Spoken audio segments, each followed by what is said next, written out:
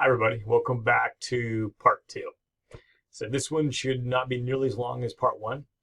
So we'll keep our fingers crossed, but it should not be. So just a little bit more to get to in these first section of notes for chapter one. And that takes us to Edward Said. And Edward Said is going to play an important role in reframing how people in the Western world, that would include the United States, are able to kind of self-examine their thoughts toward other parts of the world and their perception to other parts of the world. In this case, particularly Asia, but it's not limited to Asia. So Edward Said, who is a Palestinian-American thinker, academic, intellectual, professor of English, having grown up in that divided world in Palestine of being Palestinian, but also partially in the British world, that kind of dual identity, very complex identity. And I won't break that down too much for our class. We'll keep that kind of simple. But yeah, he's going to have one world in the American world, one world in the Palestinian world, and seeing how the West perceives people from the Middle East, again, his background being Palestinian, and the lens at which they look at the Middle East or Asia, for lack of that. So, as he got farther in his academic career, he would write a very famous book, which I'll show you the title of here. Give me a second here. I'm going to get this going. Here we go. The book is called Orientalism by Edward Said, and that's Edward Said down the left. So, in a nutshell, and we're not going to dive deeply into this, but in a nutshell, his argument is the West traditionally has looked at others, could be Asia in the case of our class, but looked at others with a very naked bias for a Western perception, thus not really seeing Asians for their full humanity. Again, not limited to only the Asians, but for the sake of our class.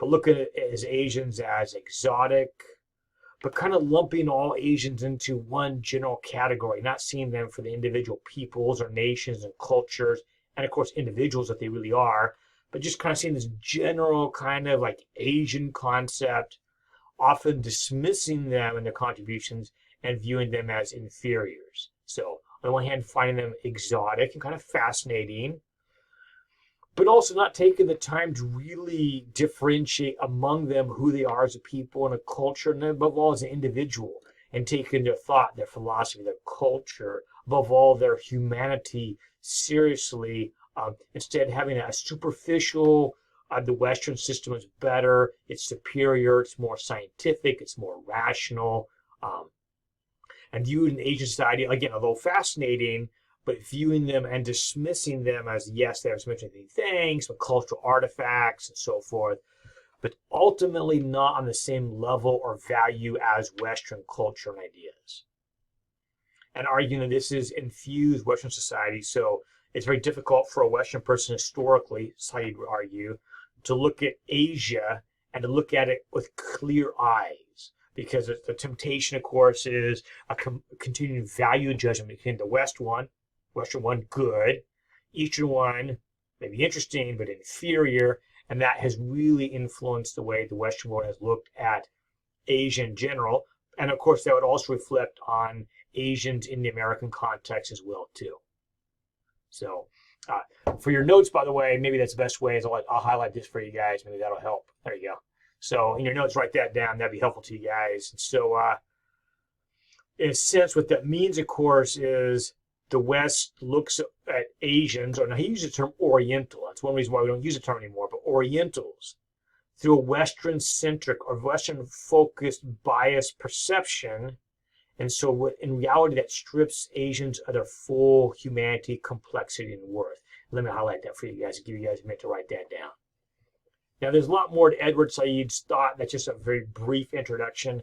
But in the context of an ethics studies class, and in some degrees a history class as well, it's helpful to be familiar with Edward Said's general critique of Western perceptions of the Asian world, both, of course, in Asia, of course, but also the Asian world inside, or the pluralistic Asian world inside the United States.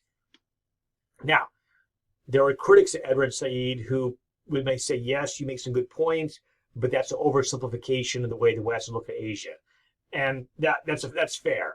For the sake of our class, we're not going to get into a deep dive further into his thought, and criticism of his thought, because Edward Said, in a sense, is also saying the West itself is a monolith. So while he's mentioning that the West has a monolithic, undifferentiated concept of Asians as others and exotic but inferiors and less than, critics of Edward Said would say, yes, but you're doing that same West. The West is complicated too. And some Westerners definitely have felt that way. That's true. Other Westerners have not felt that way, so it's more complicated than that. But in any case, that's enough with Edward Said. There he is, but he's played a major role, again, in the development of looking at minorities, peoples around the world, especially a Western perception of them, and being very critical of the traditional, again, Edward Said would add some complexity into it, but of the traditional Western dismissal of the Asian experience and the Asian reality. Okay, let's move on to the section right here, American Exceptionalism, and then an inspiring reality and a blind and dangerous self-obsession. And let me highlight this for you guys too. So, I think there's been a temptation looking at the American context historically in the more recent times, for there to be a pendulum between, let me back up. American exceptionalism essentially is America is a unique, special, God-blessed country. So our institutions, our democracy, our Constitution, our Bill of Rights, our success economically, culturally, scientifically, etc., is a statement of American exceptionalism. We're special. We're special, blessed by God, and America is unique in the entire world in a good way. Now, that would be the more traditional narrative.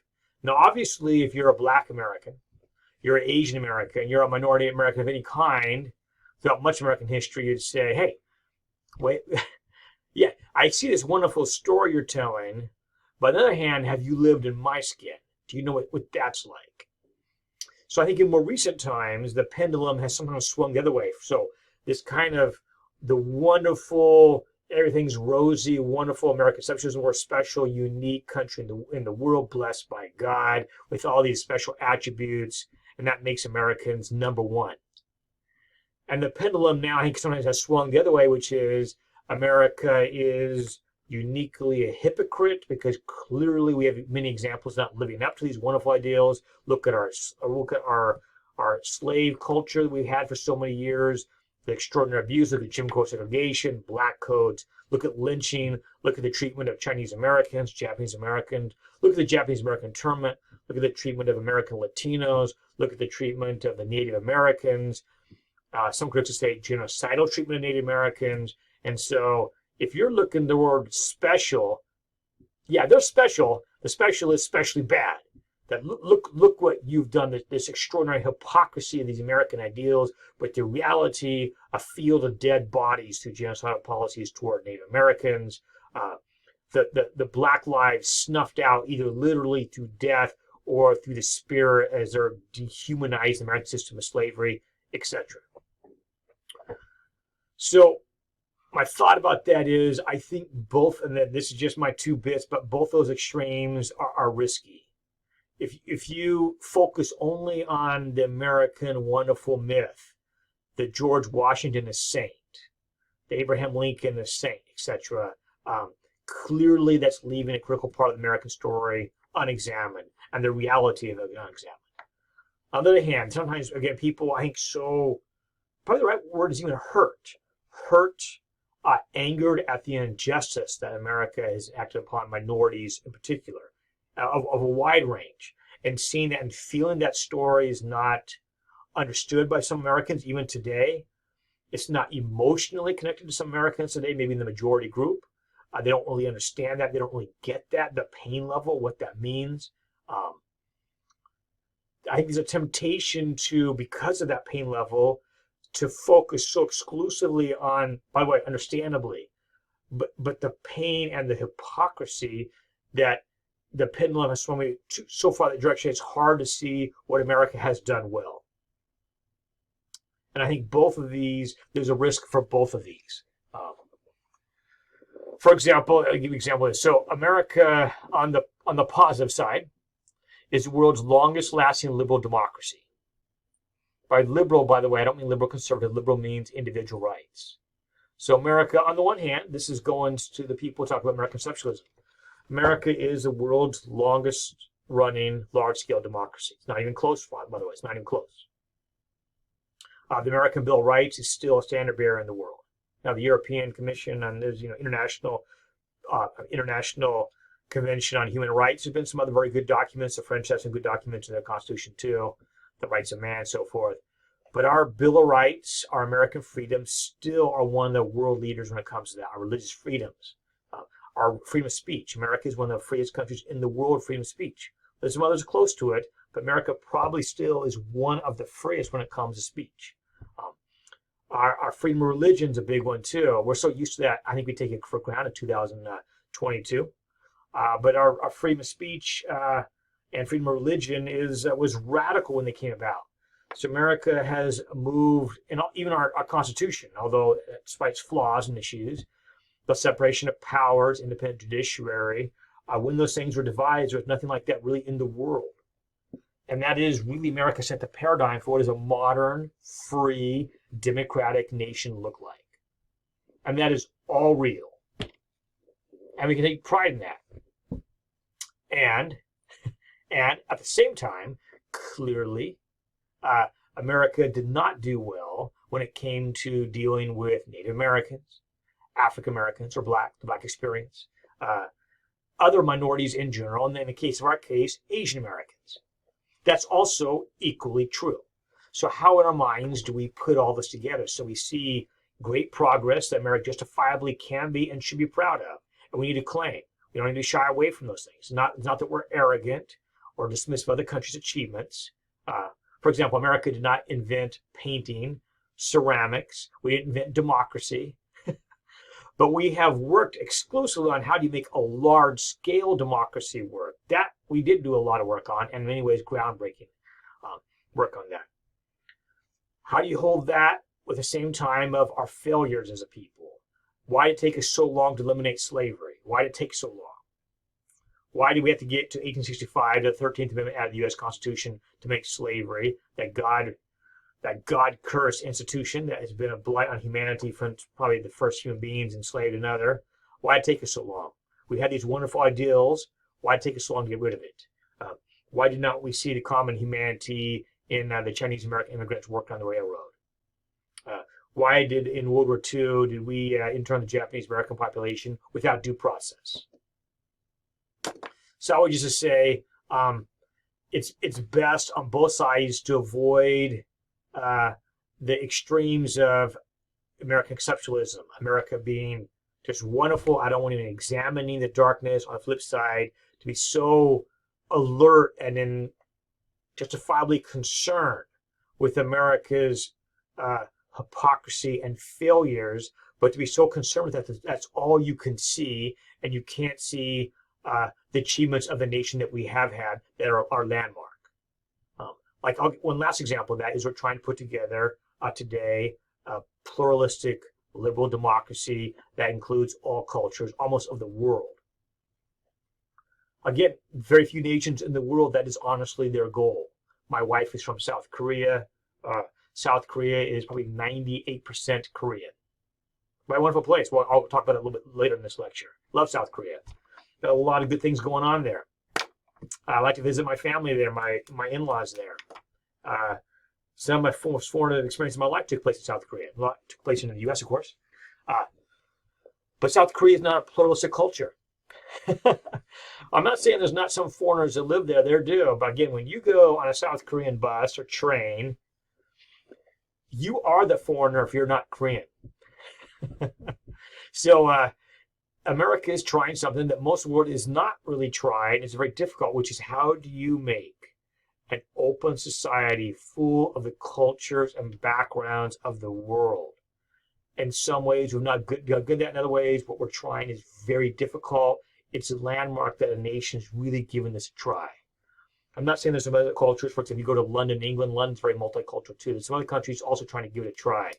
It's a fairly modern phenomenon, frankly, to try to make of many, our American slogan, of many into one people, not by forcing them to become a homogenized whole, but to say you could be many versions of America. We hold a certain ideal as Americans that has nothing to do in our better angel with race or even ethnic background. It simply means things we hold in common are ideals as Americans.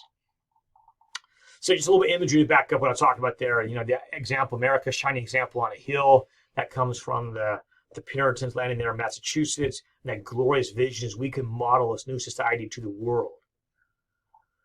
But then also American failures too. You see, I like that cartoon there on the right. You see America landing on the moon in '69. Amazing. Amazing. Even now, just amazing. And then see 2019 says one giant leap backwards for mankind. Yeah, having children in cages. Yeah, not a better moment for us. The Constitutional Convention there in Philadelphia, George Washington presiding over it. I'd argue justifiably it's a landmark moment in human history, not just American history, human history, which is how do you make an Enlightenment liberal constitution for the first time really in human history for a large-scale infant democracy. What does it look like when the people are sovereign? It's new. That had not happened before, not on this scale. And to make that experiment in the people, that's you and I, the people representatives running the nation, that's huge. And then you also have the darkness of lynching. The Japanese American Germany, you see a Japanese family look at that house with spray painted, no Japs allowed. And then you have the Norman Rockwell series that came out in World War II, talking about what we're fighting for as Americans, fighting against the scourge of Nazi Germany. And Roosevelt following a speech called The Four Freedoms. Norman Rockwell, the great American artist, illustrator, painted a series of 4 landmark paintings, perhaps you've seen some of them, illustrating these American principles. What does it mean to be an American? Now, by the way, you notice something in that painting on the left, it's all white people in that room. Yeah, it's painted in 1940. And that's part of the issue we're talking about. On the other hand, it shows a town hall meeting, probably in Massachusetts, someplace, and that might be historically accurate in that town, that time period. It could be all white in that time period. So he might not be just whitewashed. That probably is reality in that town. Because by the way, the people he painted in that painting on the left were all his neighbors. He knew these people. Was one of his neighbors standing up and giving his say. People in the room may disagree with him in that town hall meeting, but they're all respecting him, letting him have his say. In this case, obviously representing freedom of speech. On the right, people worshiping their own conscience. America full of faiths, people who are devout Christians, Baptists, and Catholics, and Seventh-day Adventists, and Pentecostals, and Lutherans, and Jews, and Muslims, and Hindus, and agnostics, and atheists, and Sikhs, and all the rainbow of faith and no faith, and living safely with each other, the government having no say what you and I think up here when it comes to spiritual matters. The government have no say what that means. Allowing people to freely choose their spiritual destiny. And we can argue with each other, we can try to persuade each other, but the government and ultimately society has no say in what you and I do with our spirituality up here. It's completely an absolute divine right, as we see in Americans, to respect that, which is this can make spiritual decisions. Thank you very much. So the best of America. So I'm just saying, to keep both those things in, when you think American exceptionalism, to keep all those things in check, which is we're doing something incredibly difficult. We've done some wonderful things for humanity, but we're also not naive. We're a complex people with sins and errors, some of them gross errors and mistakes that we've done as a nation. We've not solved racism. Yeah, surprise. We've not solved selfishness. Other social ills that have plagued us as a nation and are ongoing concerns. That's one reason why we teach this class. One more thing, dangerous to avoid in a class as in all classes, frankly. And you don't need to write these down because you'll get to them right here, but let you write them down right here. So I want these terms right here are important. So let me highlight these all for you guys because you guys want to write these down. So let me highlight that for you guys. There we go. All right. So these are things that can interfere, what I'd say, with an open-minded, clear analysis of the topic at hand. And there's a temptation for all of us. Temptation for me, temptation for you, temptation for all of us as we look at these topics. First one is presentism. Presentism means an uncritical adherence to present-day attitudes. Express a tendency to interpret and harshly judge or harshly or dismissively judge past events in terms of modern values and concepts.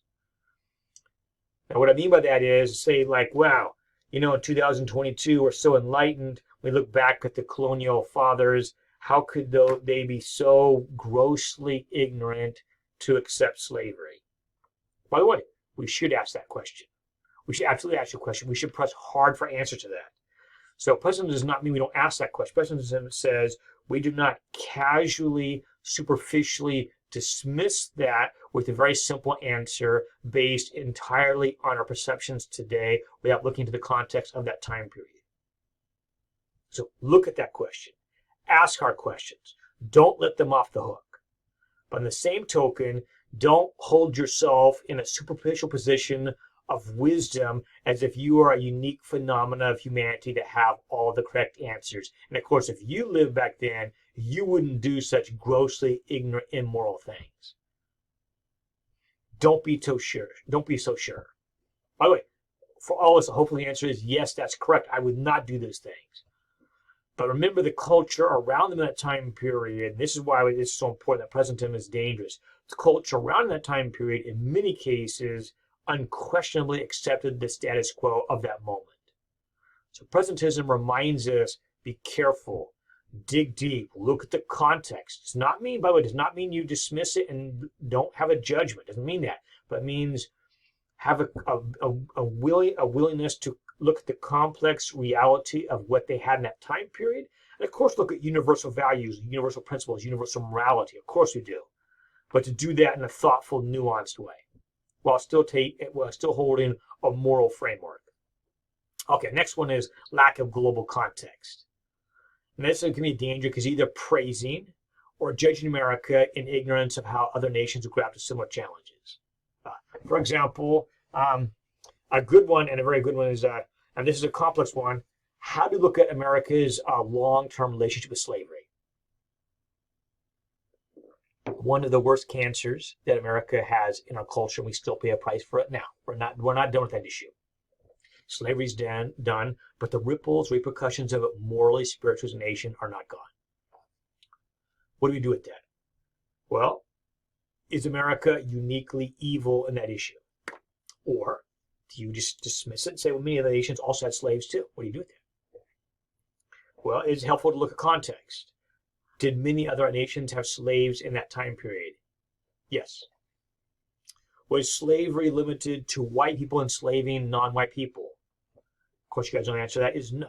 For example, this transatlantic slave trade, you had two winners and one tragic loser in that equation. The two winners, one of those are the Europeans who are taking these slaves, exporting them to the New World, exploiting their labor. Who's the other winner? But I say that winner sarcastically because the price of that, quote, win is terrible. The other winner is that often the African kingdoms who are powerful and dominant who enslaved their weaker neighboring African nations who are weaker, and they enslaved them, and they made a tremendous amount of money on that. Now, the losers, of course, obviously, the people who are horribly abused in this are the native peoples, in this case in Africa, who being usually smaller, more vulnerable, lost to war, or had their tribe raided, they're abducted, kidnapped in violence, and shipped across the New World. And there's two faces doing that. There's the white face taking them from a fort there along the coast and take them across the Atlantic and exploits them. There's also an African face who likely is one who seized in the first place and sold them for money. It's a complex reality. Slavery is not uniquely American phenomena. As you guys know, slavery tragically, is a long story of dominant groups abusing minority groups. It's not just about race. In the American context, it has been racialized. Of course, it's been racialized. But in the world, that's sometimes true, sometimes not true. In Africa, when you had an African powerful nation enslaving a weaker African nation through warfare, they did not see that as I'm enslaving a fellow African. It's like, look, we won the war. My nation won the war against your nation, and we're going to profit from it by selling these people. And they made good money. My point with that is to keep a global context. But the point of that is not to dismiss in any way or let America, again, off the hook, to use this phrase I used earlier, off the hook for lack of a better term. We'll just use it, the sins of America. It's not let us off the hook. We can't afford to do that. It's toxic and dangerous to do that. But also realize that many of these things are common struggles of humanity. How do I treat my weaker brother and sister? Do I have a temptation to exploit them? That's not limited to race or nation. How do I treat weaker people? What can I get away with in my culture? What kind of cultural blindness do I have to social ills which become normalized? For example, slavery or treatment of Native Americans. So that just means, again, always mind is look at the global context. That helps us more accurately perceive our own issues, our own strengths, our own weakness, and have perspective on the human condition, and not get too much into navel gazing on only the American condition. Now, our class is primarily focused on America, as it should be, the Asian American experience. But just you cannot possibly understand the Asian American experience unless you understand the Asian experience as well, too. You just can't. All right. A few more of these. Underestimating our national challenge is a racial, culturally pluralistic liberal democracy. I mentioned that one already, but what we're trying to do is amazing. Like when I visit my in-laws in South Korea, I'll be at some mall, let's say in Seoul, and there, Seoul being a multicultural city to some degree, there's probably, I don't know, I suppose maybe 10% of Seoul's population maybe is non-Korean, although I think it's probably too high, probably less than that. Maybe 7 or 8% of the population is non-Korean, or maybe less than that, maybe 5%. But my point is, when you go to a typical department store in downtown Seoul, I will be packed with people, and every blue moon you'll see someone that's not a Korean. Every blue moon. But out of 90 people walking by you on the sidewalk, perhaps one is non-Korean. And maybe none. Might be just you, if you're a non-Korean walking by. Whereas you go to any major American city, New York, LA, San Francisco, Merced Mall, and the ethnic mix walking by you or is sitting in our class is amazing. Now, again, that's not a pass for us on our failings on this issue to say we are trying to do something quite challenging. We just need to be honest with that. We're doing something amazing, quite challenging. Human society is not good at it. Human society tends to be quite tribal, as you guys are probably aware. People tend to be most comfortable, people who are just like them. So for us to live in a very different world is how we should, and that's the best of America. But we can't be like stunned in a sense that's quite difficult, and we are still deeply engaged in that process to make all people feel safe, respected, valued for who they are. And that's probably be a journey of a lifetime for the United States, but we're working on it. But just realize that that's an incredibly difficult goal. Most human societies do not even attempt that. All right, finally, last few here. Glorifying a feel-good but inaccurate national myth. We talked about that one briefly a few minutes ago, too, which is there a temptation to whitewash things happened in the past? Of course there is. Nations don't like to feel like, they have some deep social moral issues. So there's, of course, been a temptation. Now, I think America has gotten much better about this in the last 30 years. But certainly, that has not gone away. So we like our comfortable history. We do. We like we like a comfortable history that makes us feel good as Americans. So there's natural temptation to say, like, yeah, we've made some mistakes. But, it's been upward and onward. And we had slavery, but it's gone now. We had Jim Crow segregation, but it's gone now. And America in 2020, we've got past all those things. And so we're doing good. There's more to the story. There's a lot more to the story. So moral cancers require us to look at them. We have to understand what's happened in the past because that profoundly influences who we are today. We didn't come from nowhere as a nation. We have to understand what's happened in the past. That includes looking at the moral cancers that have been in the nation. And then last one here, losing perspective when fighting the great wrong. And this one may be a kind of surprising one, but it's an important one, which is oftentimes an advocacy group, an activist group, fighting a moral wrong, moral evil. We'll get more specific. Racism, for example. That's a necessary corrective. It's more than necessary. It's absolutely must happen to be engaged in that kind of effort. But sometimes the temptation amid the pain and the injustice of seeing that and battling that, of The temptation is for the group that has been abused, not naturally, and hurt, for the group to begin to look at the larger society and dehumanize the perpetrators and romanticize the victims at the same time, while ignoring any kind of complexity.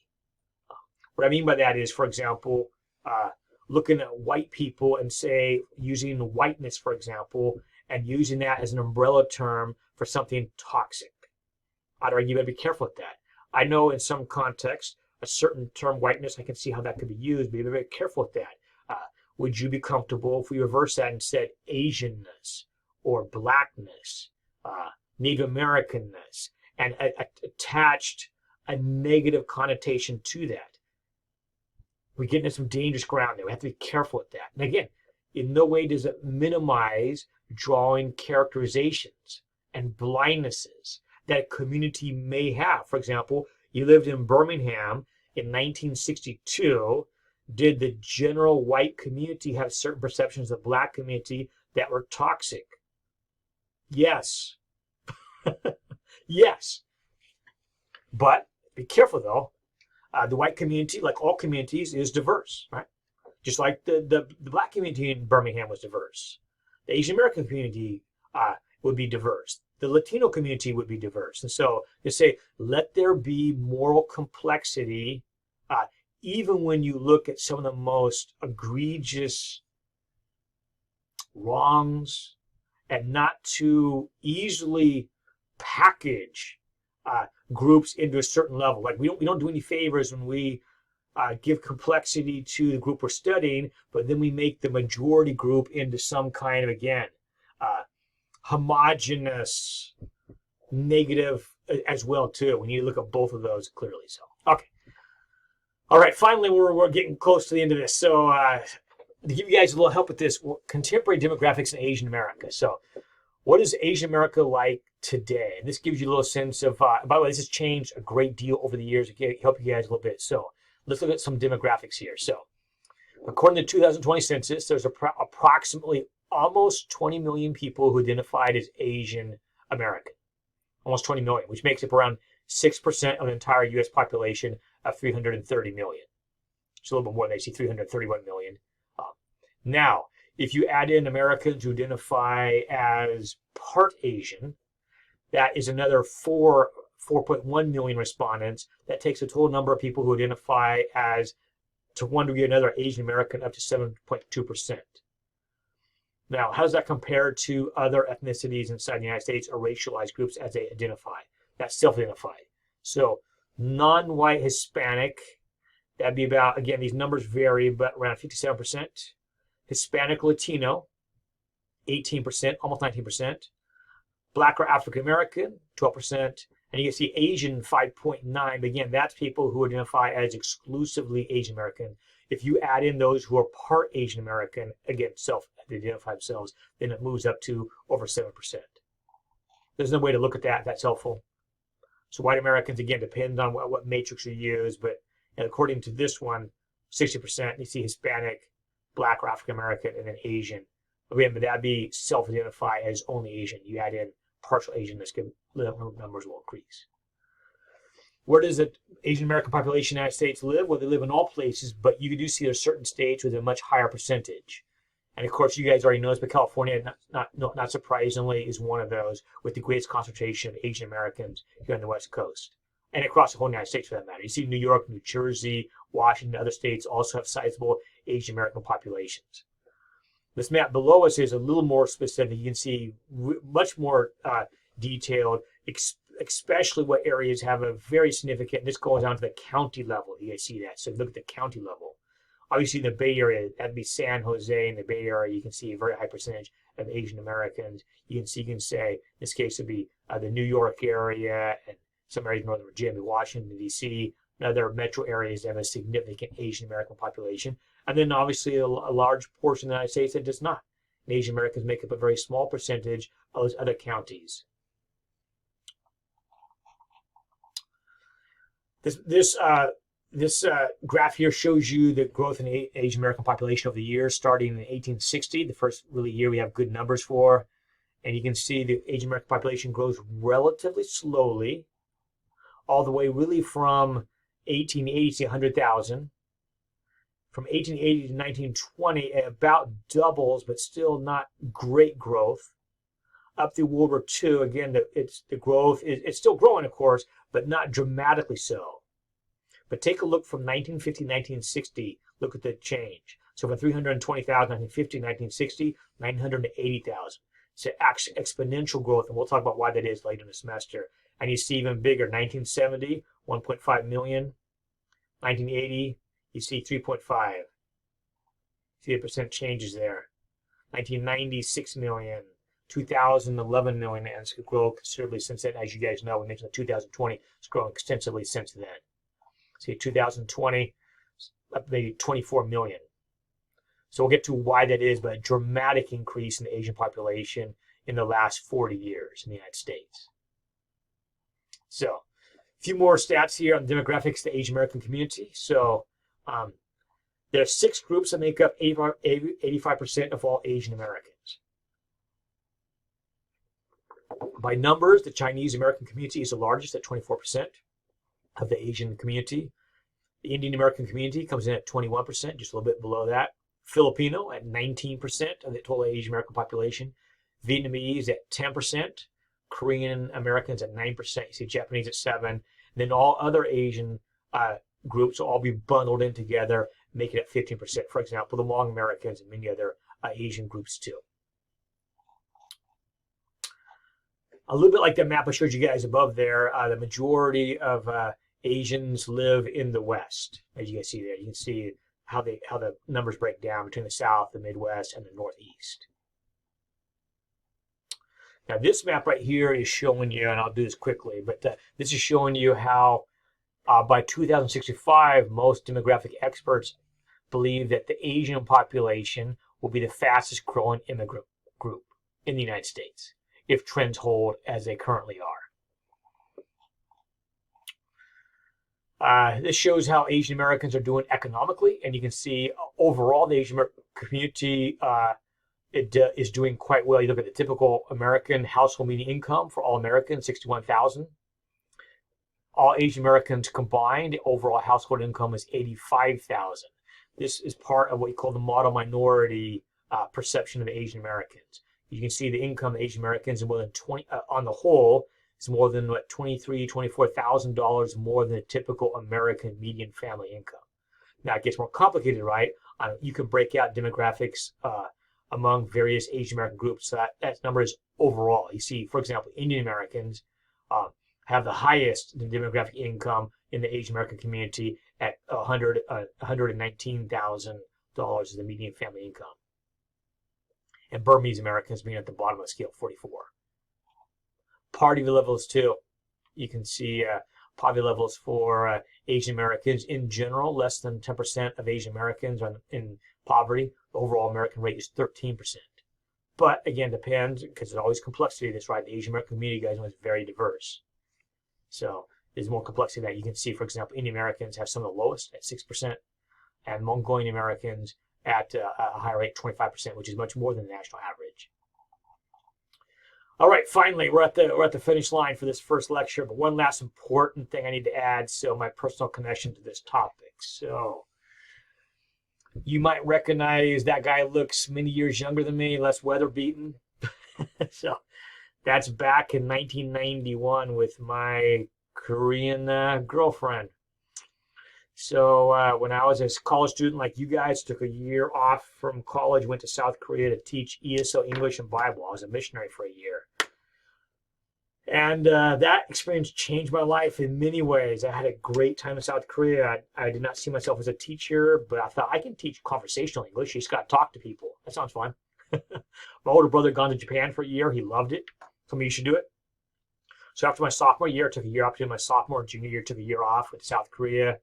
And I had an amazing experience there. I'd recommend you guys visit South Korea. Good food, fascinating culture, and many things to see, very different way to live, just a lot of fascinating things. So while I was teaching there, I came across this young lady. That's what she looked when I first met her. She was one of my students. By the way, don't get the wrong idea. She was the same age I was. In fact, she was the same age I was. She was a college student like I was. And we fell in love. And now her being South Korean, me being American, it did add some complexity to that. I was a sophomore, I guess a junior at that time in college. So that led to a very long-term relationship. I don't know if you guys watching this have had long-term relationships that are long distance. It's not fun. So I met her in the summer of late spring of 1991, and left South Korea to come back to resume my college in August of 91. I did not see her for another year. I went back a year later to see her. That was a year of long distance phone calls and letters. There's no Skype, no FaceTime, none of that stuff, no email. They're just expensive phone calls of $1 a minute and letters. This is old school. And I went back to see her a year later, and then went back a year after that to see her a year later. So, yeah, I'll talk about maybe more of this in later lectures. But the reason I bring that up, of course, is because although clearly I'm not Asian American, but I'm married to an Asian American, and my kids are part of that experience, and that's ongoing for me. It's impacted me personally. So those are pictures from way back. Those are some time-lapse photographs. These are a bit more recent, although my kid, this is already, is 2017? I think so. So visiting our family in South Korea. My kids have grown up quite a bit since then, but that's standing in front of a Gyeongbok Palace in downtown Seoul. If you guys are going to Korea, by the way, I have some places to recommend for you guys. That palace is one of them, so I highly recommend you guys. You can message me and let you guys know some suggestions if you're visiting South Korea, things to eat, places to go, places to visit. And there's a little larger, my extended family. There's my mother-in-law. She lives on an island below South Korea called Jeju Island. It's a beautiful semi-tropical island. It's fabulous. If you guys go to South Korea, it's on the must-do list. You got to go check it out. It's an amazing place, beautiful scenery. It's a resort island. Yeah, you got to see it. And that's leaving to come back to the United States. It's part of the pain and part of the complexity of the Asian American experience is having 2 feet in 2 worlds, a foot perhaps in your Asian cultural background, if you're a recent immigrant, with your family still there, loved ones still there, a culture there. You grew up, in that case, my wife. And then getting on a plane and flying 13 hours back to SFO in San Francisco and then driving home. So it's bittersweet because there's my wife's sister and her brother and our niece and my kids, and everyone's happy, and then you're crying 10 minutes later when you leave. So yeah, the ongoing experience of sharing the lives across cultures. These pictures are in the last month or so. My kids have been growing up since then, and my wife. And so my kids are, yeah, they're half Korean, half American. My wife, if you ask her how she identifies, this is just, again, this complexity of the Asian American experience. My wife identifies as a Korean living in the United States. She would not call herself a Korean American, because a Korean American applies to someone who perhaps is born here and that's their nationality is American. Maybe their cultural ethnic background is Korean, but they're an American, and that's American passport. They're born here. My wife is not born here. She's born in Korea, and she lived in Korea till we got married and immigrated. So she spent half her life in Korea, half her life in America. And so if you ask her, how do you identify? I'm a Korean who lives in America. Now, she loves America, but she's Korean. So she just yesterday, in fact, we were over at San Jose. She was voting in the Korean presidential election. So we drove over to San Jose to a Korean voting site so she could vote in the Korean election. So thank goodness for satellite TV and Netflix and stuff and satellite Korean TV channels. So my house, I'm hearing Korean every day. That's great. I'm eating Korean, if not every day, probably every other day. My wife's a fabulous cook. Love Korean cuisine. If you guys not try it, we'll get to that later. But 2 wonderful cultures blending together, and that's part of the American dream, right? That's the deal. So I just want to introduce you to my family a little bit, my personal connection to this topic. It matters. It touches me. It affects my wife. To watch how my wife is doing being Asian living in America. The wonderful things about that and the challenge of that. And we'll get to more of that later on, too. And my concern for my wife sometimes for her safety. And the coronavirus and all has gone down. And what that looks like to watch that journey through her eyes and missing family, missing our culture, and then embracing the parts of American culture and watching that journey as it continues to develop day by day as we live. So, all right, maybe that's enough for this. I should wrap it up. More to this, more to come. But we'll see you with the next lecture, with lecture 2. So take care, everybody. We'll see you with that next one.